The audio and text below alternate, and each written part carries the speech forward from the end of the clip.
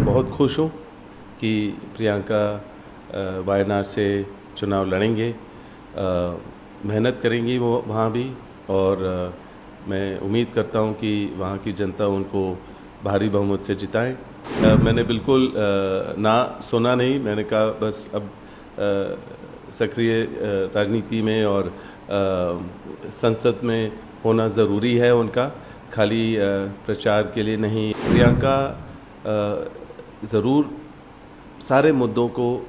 उठाएंगी, हर बात उठाएंगी, जैसे राहुल ने भी उठाया। महिलाओं के बारे में कभी भी वो अपनी आवाज़ नहीं उठाई, प्रियंका उठाएंगी, मुझे पता है। पहले तो मैं देश की जनता को धन्यवाद देता हूँ कि उन्होंने इंडिया गठबंधन को भारी अच्छे नंबर से जिताया और कांग्रेस को अच्छे नंबर पे लाए, और बीजेपी का जो 400 पार का जुमला था उनको हकीकत याद दिला दी कि जनता कितनी उनसे नाराज़ थी। और मैं ये कहूँगा कि जो धर्म की राजनीति है वो सबने देखा था कि अयोध्या में उनकी हार से उनको समझ आया है कि धर्म की राजनीति देश नहीं चाहती है। मैं बहुत खुश हूँ कि प्रियंका वायनाड से चुनाव लड़ेंगे, मेहनत करेंगी वो वहाँ भी, और मैं उम्मीद करता हूँ कि वहाँ की जनता उनको भारी बहुमत से जिताए। जब भी मेरे से पूछा गया कि आप सक्रिय राजनीति में कब भाग लेंगे, तो मैंने हमेशा बोला कि प्रियंका के संसद में भाग लेने पर, उनको सांसद के रूप पर देखने पर, उसके बाद मैं शामिल हो सकता हूँ। पर इस बारी जब जो डिसीजंस बन रहे थे तो उसमें मैंने ज़रूर ज़्यादा मैंने बोला इस बारी कि नहीं, मैंने बिल्कुल ना सुना नहीं, मैंने कहा बस अब सक्रिय राजनीति में और संसद में होना ज़रूरी है उनका, खाली प्रचार के लिए नहीं, और खाली जो वो इतनी मेहनत करते हैं, तो मैं चाह रहा था कि वो जो उनके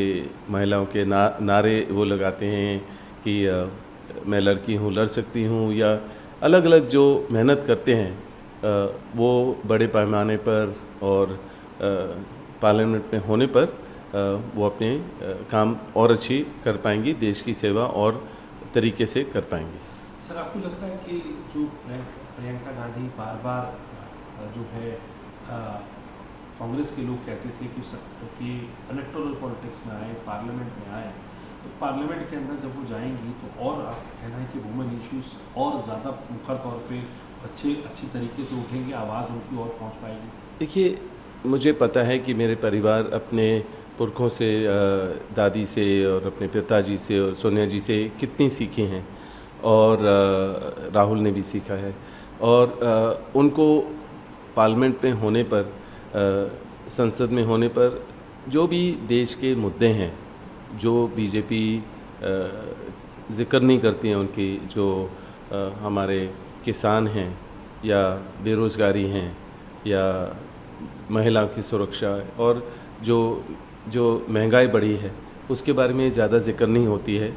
और हम ये देखते हैं कि जो भी वो करते हैं, ज़रूर खाली 2-3 उद्योगपति हैं उनके पास, बीजेपी उनको सारा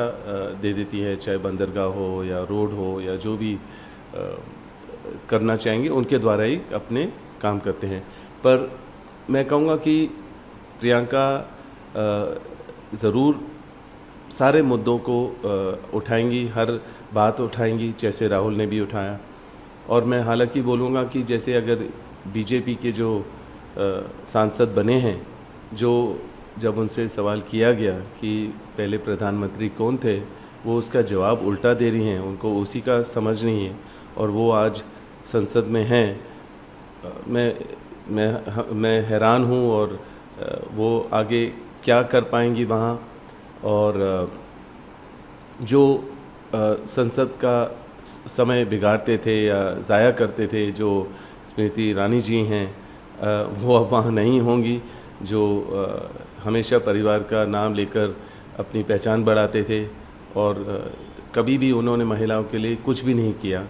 चाहे वो जो हमारे जो महिलाएं रेसलर थे या मणिपुर जाना या अलग अलग ऐसी चीज़ें हैं महिलाओं के बारे में कभी भी वो अपनी आवाज़ नहीं उठाई। प्रियंका उठाएंगी, मुझे पता है। प्रियंका इस समय में उन्होंने वैसे ही, चाहे वो संसद में थे या नहीं, बहुत मेहनत की है और हर चीज़ समझी हैं वो, और उनको पता है लोगों की ज़रूरत क्या है और वो ज़रूरत पूरी करेंगी, उनकी आवाज़ रखेंगी, बुलंद करेंगी लोगों की आवाज़। नमस्कार, मैं हूं मानक गुप्ता। अगर आपको हमारा ये वीडियो पसंद आया हो तो इसे लाइक और शेयर जरूर करें, और हाँ, हमें सब्सक्राइब और फॉलो करना ना भूलें ताकि आप देश और दुनिया की कोई खबर मिस ना करें। तो जुड़े रहिए हमारे साथ और देखते रहिए न्यूज़ 24।